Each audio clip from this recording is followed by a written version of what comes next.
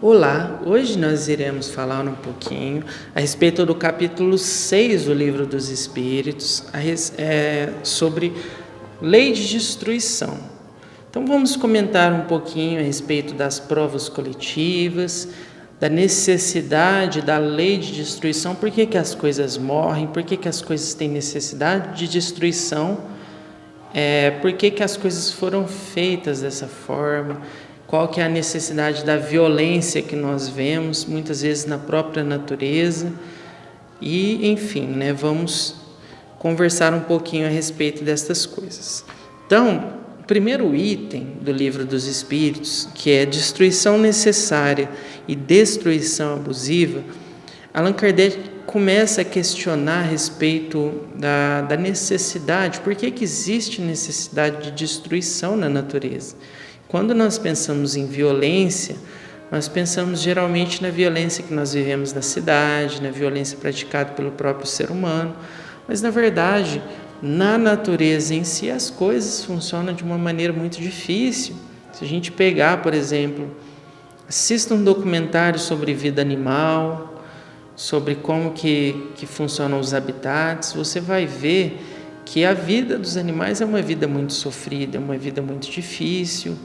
Cada dia é uma experiência nova, em termos, não nova, eles repetem os seus ciclos dia a dia, mas todos os dias eles precisam preocupar-se intensivamente com a sua proteção, eles precisam preocupar-se com a sua sobrevivência. Se for um animal predador, ele precisa de caçar o seu alimento, e muitas vezes ele pode morrer nessa empreitada, embora ele seja aparentemente o mais forte. Se for um animal, por exemplo, um herbívoro, ele precisa se alimentar, mas ele tem que estar sempre preocupado se não tem um predador por perto, se ele não está correndo um risco de vida. Então, assim, existe uma dinâmica dentro da natureza que faz com que os seres vivos eles estejam em constante necessidade de se protegerem, de se alimentarem, de conseguirem suas presas, ou de se protegerem dos predadores, enfim. Todos eles precisam ser ativos de alguma forma, ou tem a sua necessidade de reprodução também. Se a espécie não consegue reproduzir, ela pode desaparecer, se o macho não consegue achar uma fêmea ou vice-versa. Então, assim, existe uma dinâmica muito ativa na natureza e no mundo vegetal também.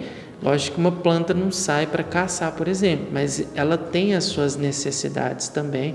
Ela precisa, de alguma forma, sobreviver e providenciar descendentes, vamos dizer assim, de uma forma grosseira, Então, uma planta, por exemplo, que produz flores, ela precisa que o pólen dessas flores ele seja utilizado para fertilizar outras plantas. Então, para isso ela depende de insetos, para isso ela depende da ajuda de outros seres. E por que um inseto iria fazer esse trabalho? Ele precisa de ter um motivo para isso. Da mesma forma, uma planta que produz frutos, geralmente ela precisa que as suas sementes sejam levadas para outras regiões, para que elas sejam jogadas em outras terras, para que outras árvores cresçam. E quem faz isso costuma ser os pássaros ou às vezes os morcegos. Então, existe toda uma dinâmica, uma interação na natureza. E também existem os flagelos destruidores, seja os maremotos, os terremotos, os vulcões em erupção. Então, existem as tempestades, aquelas tempestades fortes, que vêm, destrói tudo, as enchentes. Então, existem muitas dessas questões na natureza. E qual que seria o propósito disso tudo, Então, os espíritos, eles começam a dizer que é necessária a destruição para que as coisas se renovem e se melhorem. Elas têm necessidade de acontecer dessa forma. Se a gente pegar, por exemplo, a própria questão da morte física, muitas pessoas, se a gente pega na literatura de ficção, a gente vê que o ser humano, ele sempre teve assim, uma ideia de imortalidade física. Muitos, por exemplo, dos nossos irmãos cristãos, eles ainda acreditam na questão da ressurreição. Eles acreditam que um dia Jesus voltará na terra e ressuscitará todos em corpo físico de matéria, nesse corpo corruptível que nós temos, e essas pessoas viverão depois, os que forem salvos, os que forem escolhidos, viverão a eternidade depois com um corpo material, o que, além de ser uma ideia absurda, é uma ideia cientificamente impossível. Primeiro que, ao longo da história, os corpos que entraram em decomposição, seus átomos foram utilizados para compor outros corpos, para compor outros seres na natureza, outras coisas. Então, suponhamos que o mesmo corpo que foi de uma pessoa, depois virou um animal, os mesmos átomos, depois virou um animal, depois virou uma planta, depois virou outro ser humano, depois virou outra coisa qualquer. E aí, no dia da ressurreição, como que esse mesmo átomo vai se transformar em todas essas coisas ao mesmo tempo? Então, assim, é uma ideia meio mágica, uma ideia meio absurda, até porque qual seria o propósito de se viver eternamente com um corpo material? Sabemos que esse corpo material tem as suas necessidades, precisa ser alimentado, precisa de descanso, ele está sujeito a doenças, ele está sujeito a uma série de questões e que está sujeito à morte, está sujeito ao envelhecimento. Então, por que esse corpo, por que nós deveríamos viver eternamente com um corpo desta natureza? E não viver eternamente num corpo espiritual, numa natureza espiritual que é livre de todas essas questões, Então a gente vê que as pessoas pegam um texto bíblico que é sujeito a várias interpretações e interpretam de acordo com as suas ideias pessoais, com as suas ideias materiais limitadas. Então isso dá ensejo a crenças diversas e depois as pessoas tomam como realidade. Então, a ideia que se tem da ressurreição de um corpo material, ela é absurda, e ela não corresponde à realidade que nós observamos. Mas, imagina que fosse possível viver-se eternamente num corpo material. Então, você tem uma única existência, imagina a sua vida atual. Você teria ela ininterruptamente por toda a eternidade. Então, assim, o seu processo evolutivo ele seria mas tão lento que talvez você nem sairia do lugar. Sua zona de conforto seria uma coisa absurda. Se reencarnando a gente já cai em zona de conforto, imagina vivendo no mesmo corpo consecutivamente, sem espaços de tempo. Então você está aqui, você passa por uma série de provas, de situações, você adoece, você desencarna, vai para o mundo espiritual com esse choque do desencarne, tem a oportunidade de refletir, de meditar, de estudar a sua situação, de se melhorar do lado de lá e tem a oportunidade de voltar à Terra para continuar o seu processo evolutivo, mas você não vai ter mais o seu corpo anterior nem a sua vida anterior. Você vai planejar uma nova encarnação, num novo corpo, numa nova situação, numa nova família. Isso vai te trazer situações novas para que você saia da zona de conforto, seja obrigado a aprender novas habilidades, seja obrigado a enxergar as coisas por outros pontos de vista. Então, numa encarnação você vem pobre, na outra você vem rico, numa você vem homem, na outra você vem mulher. Numa encarnação você vem lá na China, na outra você vem nos Estados Unidos, na outra você vem lá no Egito, na outra você vem no Brasil. Então você tem a oportunidade de observar a vida por vários ângulos. Às vezes aquela pessoa, aquela situação que você tinha preconceito, na outra encarnação você reencarna naquela situação, sendo obrigado a ver o ponto de vista da pessoa ou da comunidade que você tanto criticou, tanto prejudicou, e assim você vai crescendo espiritualmente. Claro que existem pessoas extremamente teimosas e endurecidas que, mesmo vivenciando diversas situações, ainda se mantém no seu processo de zona de conforto, se mantém no seu processo de arrogância espiritual, se mantém no seu processo de preconceito e por aí vai. Só que as oportunidades, elas são dadas a todos. Então, a lei de destruição sendo aplicada só na questão da morte do corpo físico, ela já tem um papel importantíssimo, né, para fazer o espírito abrir a sua consciência espiritual, observando situações por diversos ângulos, né, por diversas situações diferentes, oportunidades diversas de crescimento, né. Então aí ele começa a perguntar a respeito se a destruição é a mesma em todos os mundos, se todos os lugares experimentam as mesmas coisas, e a espiritualidade vai respondendo conforme aquilo que nós sabemos, que quanto mais materiais e primitivos são os mundos, mais eles têm necessidade de questões físicas, inclusive da lei de destruição, mais violento é o mundo, tanto a natureza quanto as criaturas que lá vivem. Quanto mais espiritualizado, desapegado da matéria são os espíritos e o mundo em que eles vivem, mais esse mundo menos, né, vamos dizer, menos esse mundo tem necessidade da violência, menos esse mundo tem necessidade dos flagelos destruidores e de todas essas questões materiais que trazem tanto sofrimento.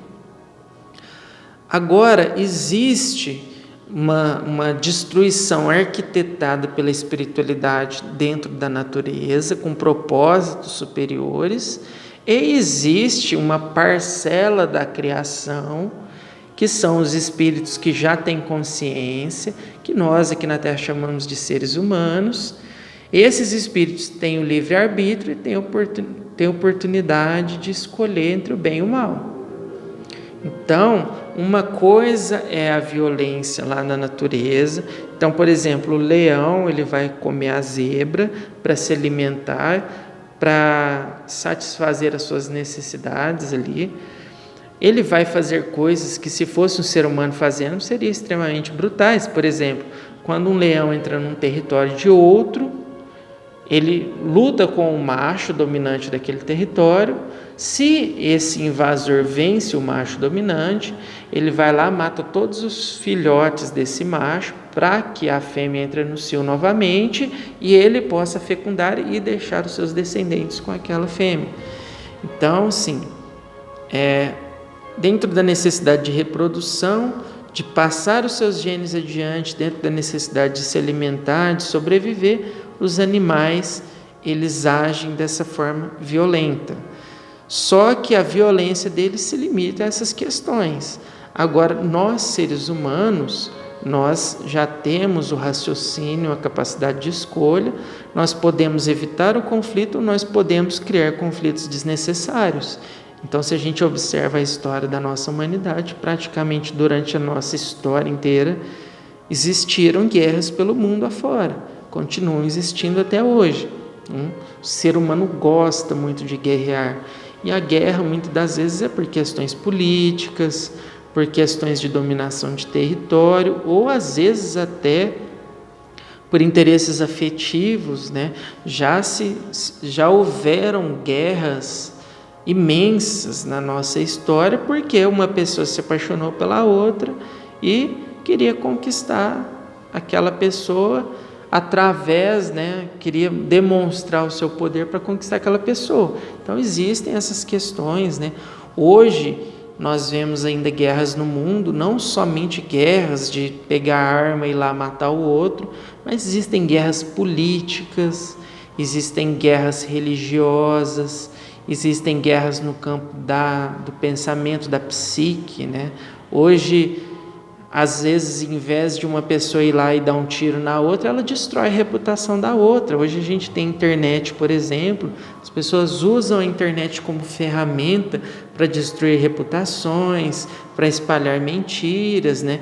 Com isso, você cria uma guerra que não tem armas físicas, né? Ela é uma guerra para destruir o emocional, né? Para perturbar o mental da outra pessoa. Então, existem as questões de necessidade, existem as questões abusivas. Então, por exemplo, comer carne. Você come carne para suprir a sua nutrição, suas necessidades do seu corpo, Ou você come carne porque você gosta do sabor e aí você come muito mais do que tem necessidade. Se você come só aquilo que é necessário, é uma coisa. Se você come além da sua necessidade, você está fomentando uma destruição, uma matança de animais que não haveria necessidade de existir. Então, é muito diferente, né, você fazer uma coisa por necessidade, você fazer uma coisa por arrogância, por orgulho, né, para querer suprir prazeres materiais, né?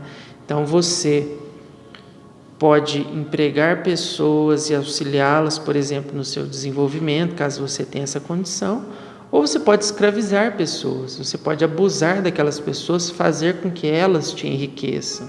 Você pode vender produtos falsos, você pode vender, fornecer para as outras pessoas situações diversas que vão prejudicá-las para que você se enriqueça, você se beneficie. E muitas das vezes nós fazemos isso, às vezes destruímos vidas, destruímos comunidades para termos benefícios pessoais em cima das coisas. Então, em questão de livre-arbítrio, o ser humano ele tem essa capacidade de construir, de ajudar e de destruir desnecessariamente, né? Inclusive com requintes de crueldade. Aí pergunta-se, né, a respeito dos flagelos destruidores, né? Por que Deus permite ou por que Deus envia esses flagelos destruidores que nós vemos de tempos em tempos na sociedade, né? Então, os espíritos respondem que é para fazê-la progredir mais depressa. Quando existe uma tragédia, muitas das vezes, uma coisa, um progresso que demoraria décadas para acontecer, se não séculos, ele acontece às vezes em alguns anos, porque as pessoas saem da sua zona de conforto e elas vão em direção de resolver o problema. Então, é o que costuma acontecer, e quando as coisas estão bem, quando tudo está bem, tudo está tranquilo, as pessoas se acomodam, nós nos acomodamos. Então, às vezes, Deus dá aquela chacoalhada, né? Assim como na nossa vida pessoal, às vezes nos chegam determinadas provações difíceis, para que dê uma chacoalhada na nossa vida, a gente se movimente para frente, a gente vá na direção de se desenvolver, de crescer, né, em todos os sentidos. Assim, Deus faz também no âmbito coletivo. Então, por exemplo, nesse momento, né, nós estamos em abril de 2020, estamos enfrentando pelo mundo, né, uma pandemia que está afetando toda a área da saúde no âmbito mundial, está afetando toda a área da economia no âmbito mundial. Então, todas as pessoas do globo inteiro, não é um país, não é uma cidade, não é uma comunidade isolada, todo o planeta está envolvido na situação e está precisando dar passos na direção de resolver o problema. Então, todas as pessoas têm que se unir para fazer o que é necessário, para fazer a quarentena, para procurar um remédio, para procurar desenvolver uma vacina, para criar tecnologias para prestar socorro dentro dos hospitais, né, para aqueles que estão adoentados. Todas as pessoas precisariam, né, estar se movendo na direção de socorrer as famílias que não têm recursos, que estão desempregadas, que às vezes estão passando fome, que estão carecendo das coisas mais básicas dentro de suas casas. Então, assim, é um chacoalhão no mundo para que todo mundo tivesse oportunidade de crescer, de se tornar mais empático, né? De se colocar no lugar do outro, de procurar trabalhar em harmonia. Nós vivemos atualmente numa cultura que é a cultura da competição.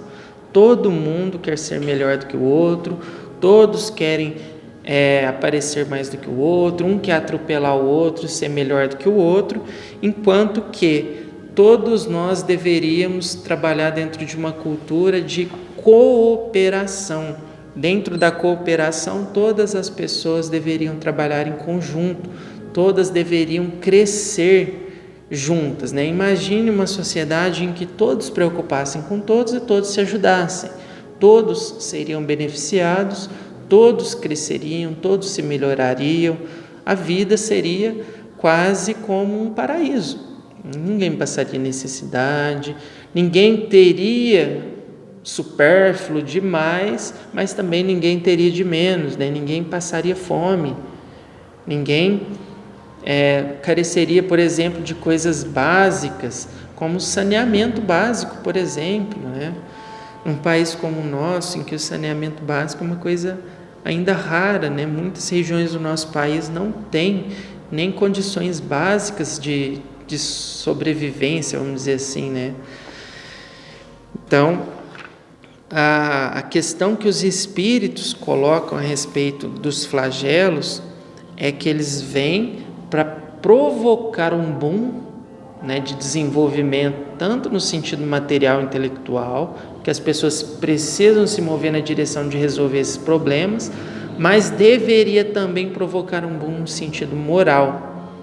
Assim como agora deveria ser o momento de todas as pessoas se unirem, vamos resolver o problema, vamos nos ajudar, vamos nos dar as mãos, vamos cuidar de todos, vamos ajudar o mundo a ser um lugar mais bonito, mais humano, mais habitável, né, para todas as pessoas, né, para que todos possam ter condições dignas de seguir as suas vidas.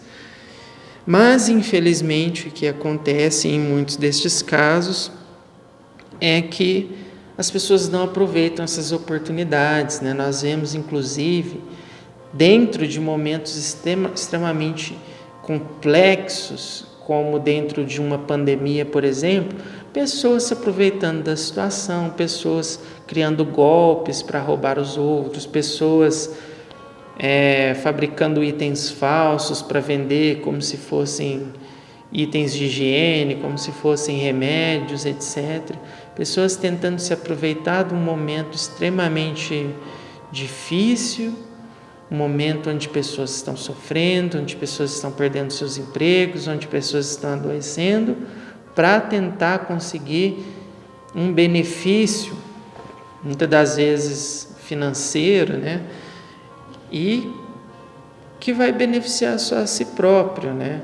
Então, este é o grande mal da humanidade em todos os tempos. Nós vemos que esses flagelos, né, eles aparecem de tempos em tempos, né, sejam os terremotos, maremotos, furacões, vulcões, pandemias, doenças, né, de diversos tipos, né?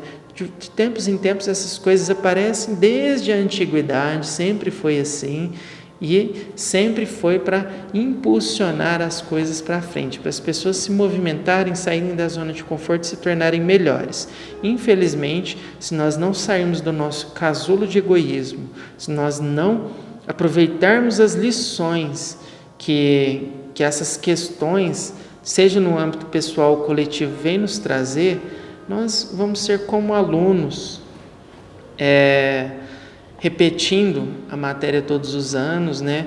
Encarna, reencarna, reencarna, reencarna. Volta para cá, vai para o mundo espiritual, volta para o mundo físico, vai para o mundo espiritual e sempre repetindo as mesmas lições, sempre ouvindo os mesmos ensinamentos e sempre com o coração endurecido, se negando a se desenvolver e a ir para frente, né?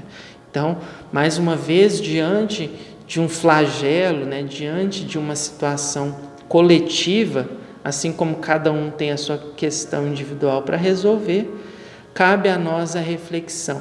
O que nós estamos fazendo com a oportunidade que nos é dada? Estou sendo um agente para construir um mundo melhor, para ajudar as pessoas, ou estou sendo um agente egoísta, preocupado apenas com o meu bem-estar, ou apenas com o bem-estar dos meus familiares, deixando que o mundo se vire e cada um cuide da sua questão por aí.